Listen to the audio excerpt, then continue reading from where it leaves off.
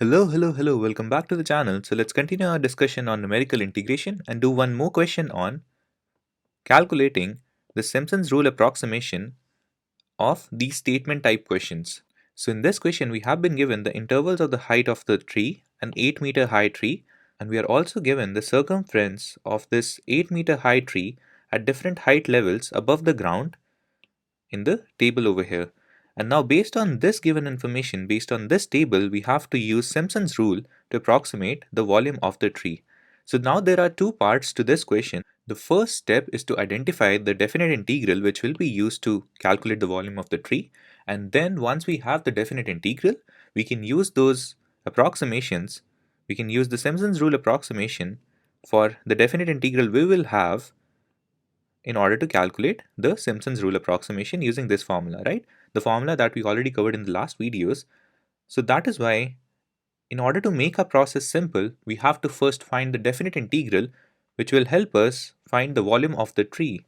And we know that in this question we have been given the information about the circumference of the tree and the height of the tree, and we also know that all horizontal cross sections of the tree are circular disc. So if all the horizontal cross sections of the tree are circular disc, we know that in order to calculate the volume, we always use this formula, right? In order to calculate the volume, we calculate a dx in these type of questions, right? And now since in this question we are dealing with different circumference of this tree at different heights, so we know that instead of dx we'll have dh over here, and our area would also be dependent on the height, right? So our area is a function of height in this case. So in this case our volume will be basically calculating the integral of a of h. So our area is varying with height, area is a function of height, and dx is basically dh in this case, right? And in this case our height is varying from h equals 0 to h equals 8, right? Because we know that the height of the tree is 8 meters. So now we have the definite integral. The only thing which is missing is the area in this case, right? We know the circumference with respect to height, but we have to calculate the area with respect to height in order to calculate this definite integral over here, right?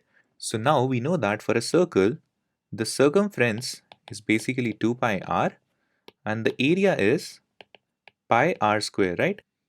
So now if we want to find the relation between the circumference and area of a circular disk or any circular object, we will basically equate the r of both of these equations over here, right? So for the first equation, r is basically circumference upon 2 pi, and for the second equation, r is basically area upon pi square root, right? So if we square both sides, it would be basically circumference square upon 4 pi square equals area upon pi, right? And then after solving this, we'll find the relation between area and circumference.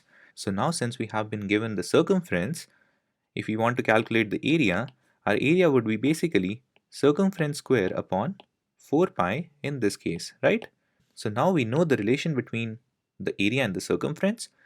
We have our original integral as well. So if we write this integral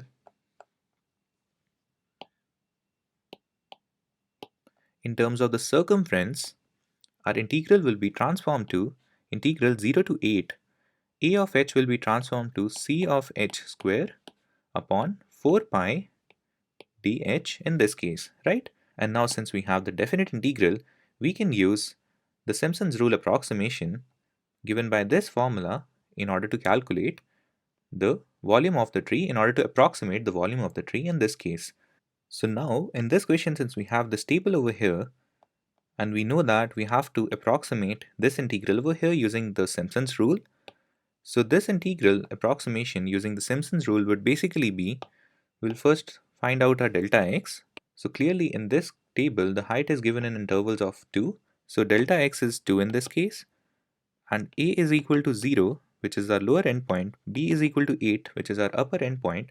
And now approximating this formula using the Simpson's rule, it would basically be calculating. So we'll take 1 by 4 pi out, and in this case the approximation will basically be c of 0 square. And now since we know that our delta x is equal to 2, so the next values would be 2, 4, 6, 8. So now if we do that, it would basically be c of 0 square, And we know that the second term has a coefficient of 4.